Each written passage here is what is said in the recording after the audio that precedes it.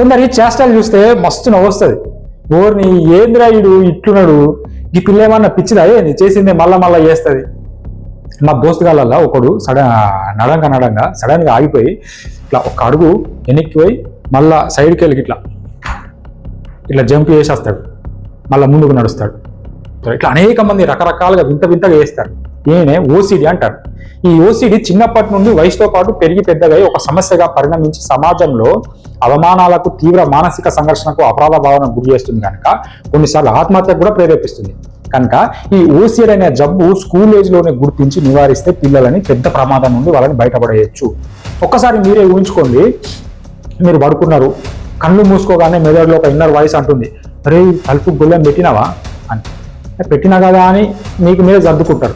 మళ్ళీ 2 నిమిషాలకు అదే వాయిస్ మళ్ళీ వస్తుంది, అరే అబ్బాబ్బే సరిగా పెట్టినామో లేదో ముందే మీకు మతిమార్పు. ఒకవేళ సరిగా పెట్టకపోతే ఏమో ఒకసారి పోయి చూడు అని అనిపించింది, లేచిపోయి చూసి వస్తావు, ఆ లోకే నచ్చి పడుకుంటావు. మళ్ళీ మొదలవుతుంది, ఈసారి గ్యాస్ స్టవ్ బంద్ చేసినావా, ఏమో గ్యాస్ ఆసన కొడుతుంది చూడుకో, లేకుంటే పొద్దుగాల వాళ్ళకి అందరం చచ్చిపోతాం ఫ్యామిలీ అంతా. ఇది ఒక్కసారి జరిగితే అనుమానం, కానీ రాత్రంతా గిదే జరిగితే అది నరకం.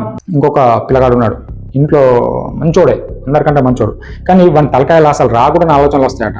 దేవుడి గురించి తప్పుగా, తనకంటే ప్రాణమైన అమ్మనాల గురించి భయంకరంగా ఇట్లా ఆలోచనలు వస్తాయట.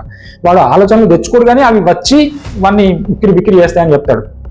లోపల కొట్టుకుంటాడట, నేను చెడ్డున్నా, నాకు పిచ్చి పట్టిందా ఏంటి అని చెప్పేసి తిట్టుకుంటా లోపల కుంగిపోతూ బయటకు మాత్రం నవ్వుతూ అనిపిస్తాడు. కానీ అని మెదడు ఒక్క నిమిషం కూడా వాడిని ఒక ప్రశాంతంగా ఉండనియది. సాడ్ రియాలిటీ ఏంటంటే మనం కూడా ఏమనుకుంటామంటే గతగానం భయం ఎందుకు, లైట్ తీసుకోవాలి అని ఓసిడీతో సఫర్ అయ్యే వాళ్ళకి మనం ఫ్రీ అడ్వైస్ ఇస్తాం. కానీ ఈ ఓసిడీ ఉన్న వాళ్ళకు ఈ లాజిక్స్ అన్నీ తెలుసు, తలుపు పెట్టొచ్చినా అని వాళ్ళకి తెలుసు, కానీ మనసు ఒప్పుకోదు. అందుకే WHO చెప్పిన అత్యంత భయంకరమైన 10 జబ్బులలో ఈ ఓసిడీ కూడా ఒకటి. ఇది వాళ్ళు స్టైల్ కొరకు వేయరు, అటెన్షన్ సీకింగ్ కొరకు అయితే అసలుకే కాదు. ఇది ఒక మనిషి జీవితాన్ని, సమయాన్ని, సంతోషాన్ని, ఆఖరికి వాళ్ళ ఆత్మవిశ్వాసాన్ని నిలుకొని తగిలేసి ఒక అదృశ్య శత్రువు ఇది. కాబట్టి దీనికి చావు లేదా అంటే, మందు మాకు లేదా అంటే ఉంది. సైకాలజీలో దీన్ని ERP అని అంటారు, ఎక్స్పోజర్ అండ్ రెస్పాన్స్ ప్రివెన్షన్ అనే ఒక అద్భుతమైన థెరపీ ఉంది. మందుల కంటే, మాటల కంటే మనిషి ఆలోచన తీరుని మార్చే చికిత్స ఇది. అందుకే ఎవరైనా మీ కళ్ళ ముందు పదే పని చేస్తుంటే అరే డ్రామా చేయక ఎగతాలు చేయకండి. ఒకసారి వాళ్ళ దగ్గరికి పోయి నీకు ఏమవుతుందో నాకు అర్థమవుతుందో పోయి నేను ఉన్నానని ధైర్యం చెప్పండి. ఎందుకంటే మనకు కనిపించేది వాళ్ళ చేతలే కనుక వాళ్ళ మనసు లోపల వాళ్ళు ఒక యుద్ధం చేసుకుంటారు. స్కూల్లో ఇలాంటి పిల్లల్ని గుర్తించి ట్రైన్డ్ టీచర్స్ ERP థెరపీ ఇస్తే కనుక ఈ సమస్య నుండి మనం పిల్లల్ని బయటపడేయచ్చు. Thank you.